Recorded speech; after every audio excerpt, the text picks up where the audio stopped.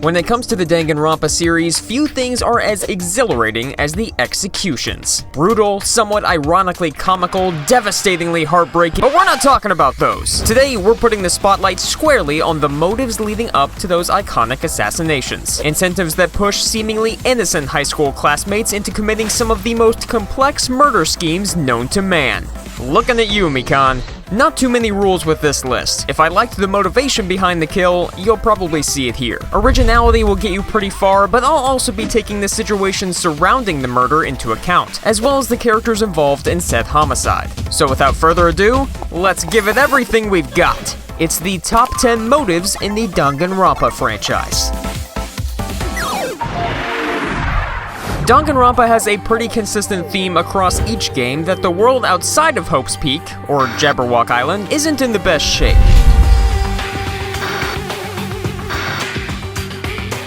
So for V3 to use this theme as a motive is actually pretty clever. As new participants in Monokuma's killing game, the students at the Ultimate Academy for Gifted Juveniles really don't know what to expect of the Truman Show-esque glass dome, even though the audience kinda does. And that's what makes this motive fall slightly. The motive itself isn't actually revealed until after the class trial is over. And again, while the fact that the outside world being a garbage fire is kind of a series trope at this point, it still takes one of the best, most lovable characters in the entire franchise and pushes him over the edge. Ignorance is bliss, I suppose, but come on! You killed off Tarzan? He was like one of the best ones! 'Cause Gonta, gentlemen. Getting sick sucks, especially when you're hit with a disease where, quote, you get a high fever along with various other symptoms that are full of despair. Not sure if that's a doctor-specific diagnosis, but we're gonna roll with it. Danganronpa 2's despair disease is unique for every individual, typically magnifying the reverse aspect of their personalities. The original 3 infected patients, Nagito, Akane, and Ibuki, end up with liar's disease, coward disease, and gullible disease, respectively, while also showing symptoms of fatigue and general wooziness. While the gang splits up in order to avoid contracting the disease, the ultimate nurse attempts to treat the infected, but, of course, ends up with remembering disease. Yep, that whole amnesia thing is out the window, and, well, let's just say that the entire motive leads to one of the most unnecessarily complex murders in the history of the franchise. But that doesn't change the fact that the disease itself manages to stand out as one of the more unique motives in Monokuma's arsenal. Be sure to drink plenty of fluids. It's gonna be a long night. Back to Danganronpa 1, an often overlooked motive, the reveal of Sakura as the traitor. At this point, Makoto has already been a witness to her fight with Monokuma, where it's revealed that the mastermind has essentially been blackmailing the ultimate martial artist throughout the entire game. While Makoto chooses to lay low until he can gather more evidence, Monokuma says, nah, new motive, she's the traitor. That's it. Simple, but wildly effective. This motive successfully turns several students against Sakura, and by proxy, Asahina, eventually leading the former to sacrifice herself for the sake of the group. It may not be as flashy as some of the other motives on this list, but it's a clever audible from Hope's Peak's headmaster. Shatter the foundation, and the whole thing just comes crashing down. The first official motive in the franchise has Makoto and his classmates forced into an AV room, where they're given several DVDs of the Teletubbies to watch on repeat until the end of their days.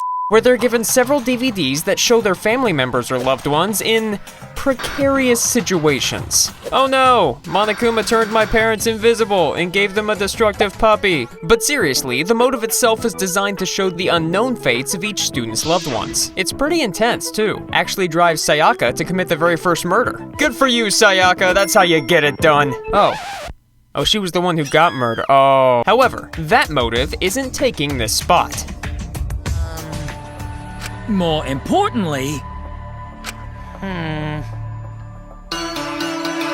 Early on in Danganronpa V3, the Monokubs are tasked with providing each student's own personal motive video. But because we're relying on tiny incompetent teddy bears with serious interpersonal issues, the pads inevitably get mixed up. All right! Back by popular demand, it's time for the motive video! video! Essentially, as each person has the other's motive, we're subject to far more tension. It's a clever twist on a classic killing game motivator, as each student is tempted to seek out their own motivations. It also inspired the dreaded insect meet and greet, and the less said about that, the better. You know what? Secrets suck. Victoria may have them, but certainly not me. But I can imagine the anxiety associated with Monokuma's second motive in Trigger Happy Havoc, having your own embarrassing secret revealed to every person in attendance. And whoever's watching, you know, whoever they are. Can I get a waffle? They're given 24 hours to commit a murder before their secrets are let loose. Not exactly the most exciting thing at first, especially when it's revealed that Makoto's secret is, well, pretty basic. But these secrets would eventually lead to the downfall of the ultimate programmer, Chihiro Fujisaki, a girl. Boy. He's actually a boy dressed as a girl. Turns out years of bullying turned him to adopting a more feminine persona, but with the advent of his secret on the horizon, Chihiro embraces his qualities and seeks to work out with the ultimate biker gang leader, not smart, who kills the young programmer because he's jealous of his bravery in confronting his shame rather than running from it, which is what he's doing because he's responsible for his brother's death in a motorcycle accident. It's a bit complex, but the point here is that the motive originally seems rather tame, only to turn into a tragic tale of bravery confronted by cowardice, and what the latter will do to save face. More of a targeted motive, but still, it's pretty effective.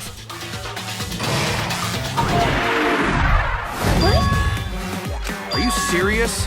In a game about killing your fellow students, the ability to resurrect the dead genuinely caught me by surprise, and quickly turned into one of my favorite motives in the franchise. With Monokuma out of commission, the Monocubs offer the Necronomicon as a sort of unintentional motive, allowing the students to bring one of their own back to life. My response? I love it! I mean, in a world as screwed up as this one, could it actually be possible to bring someone back from the dead? From what we've seen so far, maybe. It's when the students actually begin discussions on who they would like to resurrect that the reality of the situation, or lack thereof, begins to sink in. Rentaro, having been killed before revealing his ultimate ability, was shown to have retained some of his memory after everyone else was struck with amnesia. But Kaede could also be brought back. And that, in and of itself, is the dilemma. While some aren't a huge fan of this motive as the Necronomicon is never actually put to use, the mere thought of resurrecting a student who had fallen victim to the game's rules effectively turned my mind into a pretzel. The sheer shock value alone earns it a spot on this list. Ooh, not number one, huh? That's fine, because Monokuma's meta video game-based motive is by far the most original in his arsenal. After losing two of their friends to the first murder case, Hope's Peak's 77th class is almost immediately treated to Monokuma's newest motive, an arcade cabinet. Okay, a little bit of Galaga never killed anyone. That man is playing Galaga. Thought we wouldn't notice, but we did. The actual game, titled Twilight Syndrome Murder Case, is vaguely explained, only that whoever completes it will receive some sort of prize. The students agreed to stay away from the arcade cabinet for the time being, though of course no teenager in their right mind can resist the allure of video games. Put some Cheetos and Mountain Dew next to the monitor and it's practically a human-sized mousetrap. The game depicts various female students involved in a tragedy that ends up turning into a murder case, but aspects of the story are missing, and Hajime doesn't receive the aforementioned prize for completing the game. He eventually discovers that the game itself is hiding secrets of its own, accessible only by a cheat code. Turns out the fictional case portrayed in the game isn't really all that fictional. It's an actual representation of true events involving students participating in this very killing game. My only knock against it is that it is rather complex, perhaps to a fault, but that doesn't discredit the originality of Monokuma's gaming masterpiece. I'll give Twilight Syndrome Murder Case a 9 out of 10 and an editor's recommendation stamp for good measure. Now then, I'm pleased to announce an additional motive! Ah yes, it's often the simplest motives that grab my attention. Eager to begin the killing game proper, Monokuma provides a deadly incentive to the students of the Ultimate Academy for Gifted Juveniles. The murder does not occur by nighttime! 2 days from now, then every student participating in this killing game will die! Yeah, the Ultimates are officially up against the clock. It's kill or be killed, and to make matters worse, as the timer draws near its limit, Monokuma begins broadcasting a killing video on every monitor in the school in order to prompt a murder. It's a very subtle video. This is a loud, terrifying motive that heightens the tension of what would come to be one of the most memorable scenarios in the franchise, as a number of students gather in the basement to prepare for an all-out brawl against what Monokuma has in store for them once time runs out. Of course, that never comes to pass, but the motive itself is certainly memorable in its own right.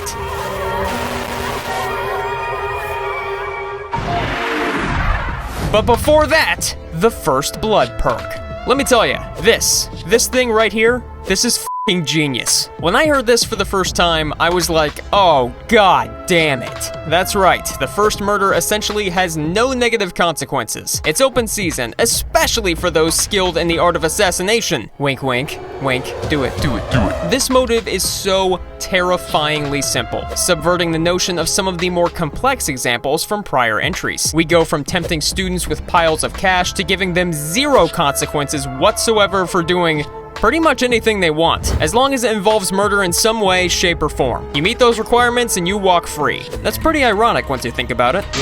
The first blood perk is so devilishly clever. It's really too bad no one claims it. Would have made for some pretty interesting story scenarios in the end. I won't stop. I'll get us out of here.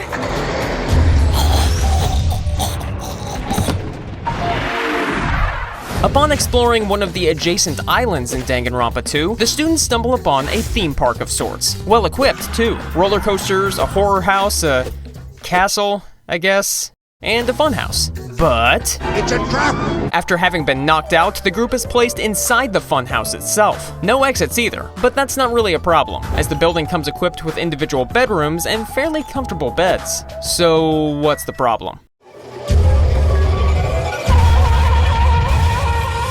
A motive so brilliant that it turns everyone into both a target and a potential killer all at once. While the simplicity may be a bit of a turnoff for some, the writing here truly sells it. How 3 days of intense hunger causes some students to begin passing out, and even drives Hajime to consider tackling what is known as the final death room, an apparent avenue to suicide for those who are unprepared. This motive pushes everyone to the brink, except for the robot man, and tests the player's resolve as they deal with Hajime's painful internal monologue. While it may not be everyone's top pick, the starvation motive in Danganronpa 2 excels at creating tension and discomfort over its nearly 4-day run. It's terrifying, simplistic, and just plain evil. And that's what pushes it to number 1 on this list.